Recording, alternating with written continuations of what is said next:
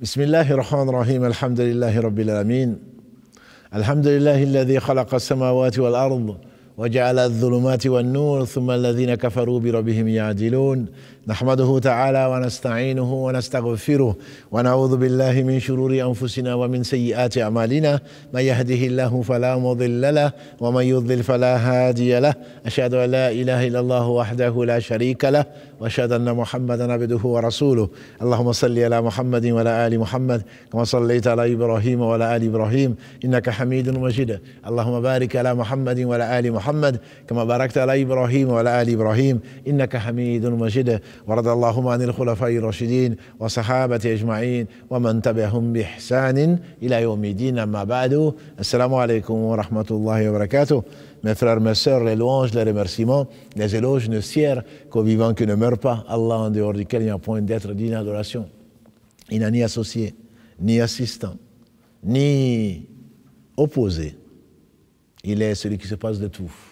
Il a envoyé le meilleur des hommes, qu'il a rendu meilleur, dont il a purifié. Et il a envoyé un prophète issu de nous pour nous purifier exactement. Et ça, c'est le tazkiya. Voilà tout à coup en foussakum. Ne vous purifiez pas vous-même. C'est Allah qui sait qui est le pieux.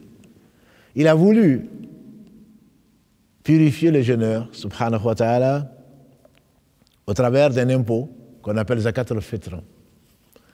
Abdallah ibn Abbas, de même que Abdallah ibn Omar, qu'Allah les agrée ainsi que leurs pères respectifs, ont rapporté que le prophète sallam a rendu obligatoire la zakat al-fitr comme purification pour le jeûneur des propos indécents et futiles et comme nourriture pour le pauvre. Hadith rapporté par les deux références en matière de hadith, qu'Allah les bénisse tous les deux, ainsi que tous les compagnons et tous nos savants, je veux dire l'imam Abu Abdullah Muhammad al-Bukhari et Abu Hussein Muslim, qu'Allah subhanahu wa ta'ala leur accorde le meilleur dans l'au-delà. Il a élevé leur nom dans ce bas monde et qu'il élève leur nom dans l'au-delà et qu'il nous fasse aimer et qu'il nous rassemble avec eux.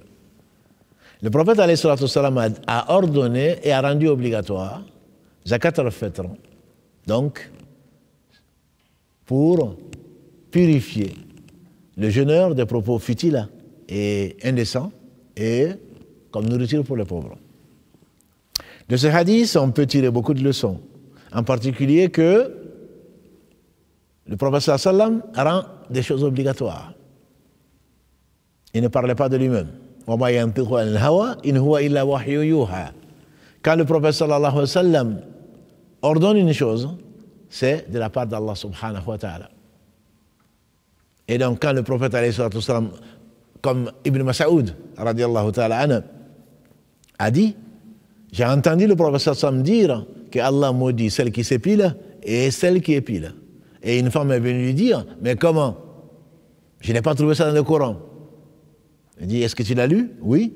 Est-ce que tu n'as pas lu le verset 7 de la sourate Al-Hashr 59, où Allah dit, وَمَا أَتَاكُمُ الرَّسُولُ فَخُذُوهُ وَمَا نَهَاكُمْ عَنْهُ فَانْتَهُوا وَاتَّقُوا اللَّهَ.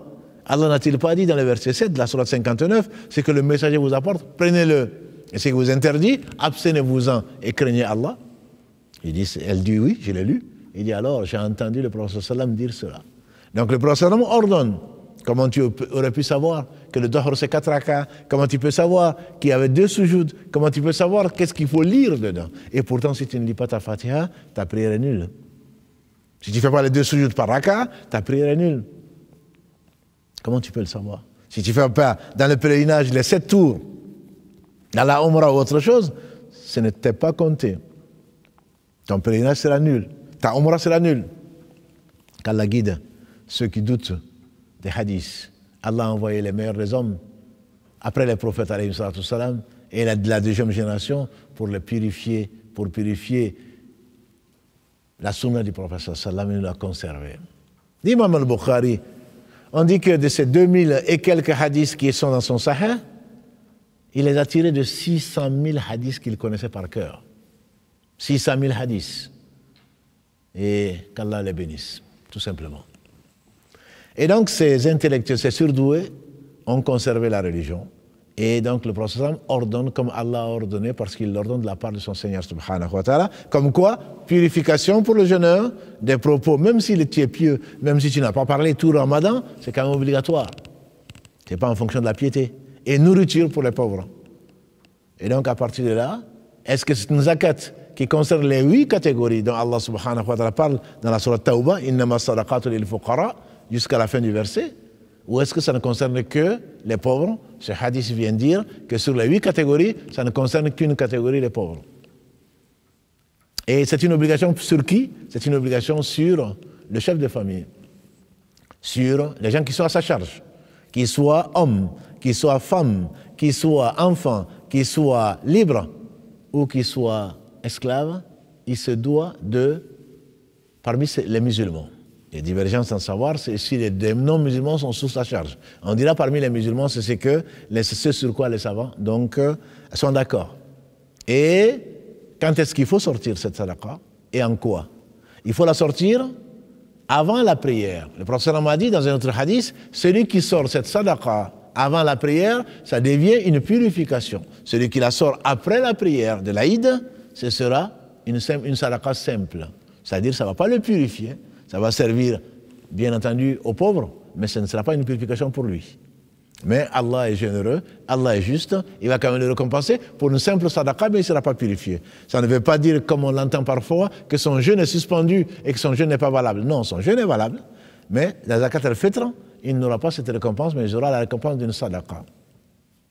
En quoi il faut la sortir? C'est un sa'a, c'est-à-dire 4 contenus, 2 fois, 4 contenus, donc de la main, de 2 mains du prophète sallallahu alayhi wa sallam ou de 2 mains moyennes, des denrées les plus répandues, de dattes, de blé, de semoule, de couscous, des denrées donc de la région où les gens ont jeûné. Et ceci, on le donne donc on peut le donner 2 ou 3 jours avant, puisque le prophète sallallahu alayhi wa sallam a désigné Abu Huraira, entre autres, comme magasinier et pour garder donc ce que les gens vont sortir. Mais il faut absolument le sortir avant de partir pour faire la prière, sinon la zakat n'est pas valable. Et donc cette zakat sert à purifier et on le donne donc aux catégories on a dit, en nature. Des savants comme Abu Hanifa, qu'Allah fasse miséricorde, dans son école, on dit qu'on peut le donner en argent. Ce n'est pas l'avis majoritaire des savants et probablement pas l'avis le plus juste. Pourquoi? Les gens qui disent que ce n'est pas l'avis le plus juste, les savants, ils disent il y avait le dirham, il y avait le dinar du temps du prophète sallallahu alayhi wa sallam. Il n'a pas demandé à ce que l'on donne en argent. Donc ce que l'on fait, on doit donner en nature. Donc, aux pauvres directement, si on le connaît, c'est encore le mieux. Si on ne le connaît pas, on peut le confier. La délégation est permise. On peut confier l'argent, comme si j'ai dit à quelqu'un, tu m'achèteras ça au marché. On peut confier l'argent à une mosquée, on peut confier l'argent à une association humanitaire, on peut même envoyer l'argent si on ne trouve pas. Donc ils vont acheter des denrées, et de ces denrées-là, ils nourriront donc les pauvres ou les familles dans la difficulté. Le donner en argent, pour beaucoup de savants, ce n'est pas valable, parce que la sunna a 6 conditions, disait Uthaymin, dont la nature de la chose. Il y a le moment, il y a le lieu, etc. Mais la quantité, là c'est la nature. Donc il faut donner en nourriture. Si tu ne peux pas, confie à des gens qui sauront comment l'utiliser, pas pour le donner directement aux pauvres, parce que tu donnes l'argent, cet argent, qui est zakat al-fitr, est estimé bien entendu pour nourrir un pauvre par jour. Sur qui? Sur celui qui a les moyens, celui qui a plus que de quoi manger le jour même. Quelqu'un, ce n'est pas seulement sur le riche, même un pauvre qui a de quoi manger le jour se doit de sortir la zakat al-fitr sur son épouse, sur ses enfants, sur les gens qui sont sous sa dépendance, s'il a plus que de quoi manger ce jour-là. S'il ne l'a pas, alors il n'a pas à le sortir, mais s'il reçoit de la zakat al-fitr, il se doit, s'il a plus que de quoi manger dans la journée, il se doit de sortir cette zakat, comme le disent les savants, qu'Allah les bénisse, qu'Allah bénisse Muhammad sallallahu alayhi wa sallam, qui est venu pour nous purifier, comme Allah le dit, yuzakihim wa yu'allimuhumul kitaba wal hikma, ainsi que la sagesse et la sunna, qu'Allah bénisse donc ce prophète, sa famille, ses compagnons, et tous ceux qui les auront suivis dans ce droit chemin, et nous fasse l'honneur d'en faire partie. Wassalamu alaikum wa rahmatullahi wa barakatuh.